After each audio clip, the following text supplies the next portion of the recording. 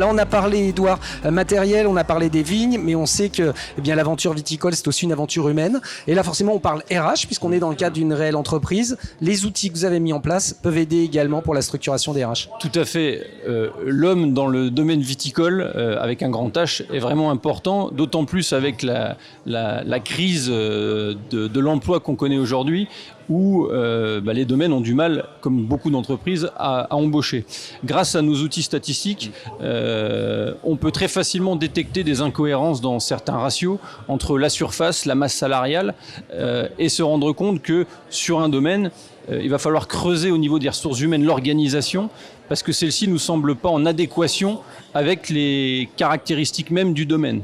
À ce titre-là, avec notre filiale d'André Le Group Horizon Job, nous sommes à même de réaliser un diagnostic qui va nous permettre d'identifier l'organisation actuelle et ses incohérences, viser une organisation cible, et de cette manière-là, Horizon Job peut accompagner le vigneron à la fois dans la rédaction de fiches de poste, à la fois dans le recrutement, à la fois ensuite, une fois que les salariés sont recrutés, une évolution des compétences par le biais de formation, d'entretien annuel.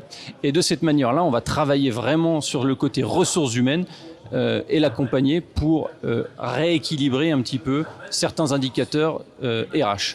À ce titre-là, à côté des différents outils que nous avons également un baromètre des salaires dans le milieu viticole, c'est-à-dire que quand nous avons un domaine viticole qui nous dit « j'aimerais recruter par exemple un chef de culture, un tractoriste, est-ce que vous êtes capable de me dire pour mon secteur, pour mon vignoble, quelle est la rémunération moyenne que je dois lui donner ?» Voilà. En cette période de recrutement complexe, c'est effectivement un outil extrêmement intéressant. Vous avez une action aussi sur le prix de la bouteille, in fine ?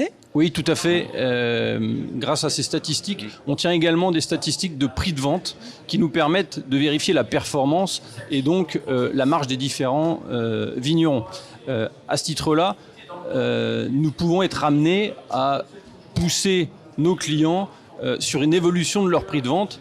Je vais prendre un exemple très simple. Nous avons encore des domaines très familiaux où nous avons les époux qui travaillent exclusivement sur le domaine et à ce titre-là ont des prix de revient très très faibles. Et souvent, le travers que nous identifions, c'est que comme les prix de revient sont faibles, les vignerons se disent je peux vendre mon vin moins cher. Effectivement, je démarche chef d'entreprise, j'applique ma marge 60%, mon vin est moins cher que mon concurrent. Tout à fait.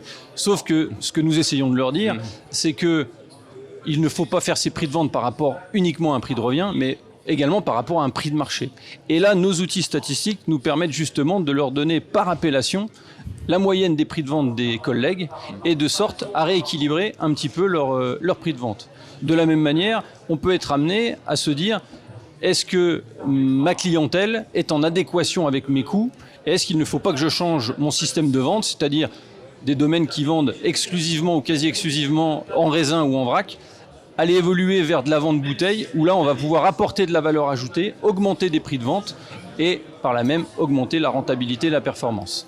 En tout cas, merci pour l'ensemble de ces précisions. Messieurs, on a aussi compris que tous ces outils-là permettent aux viticulteurs de se dégager de certaines tâches, de dégager du temps pour se consacrer exclusivement à la vigne et à la qualité de son vin.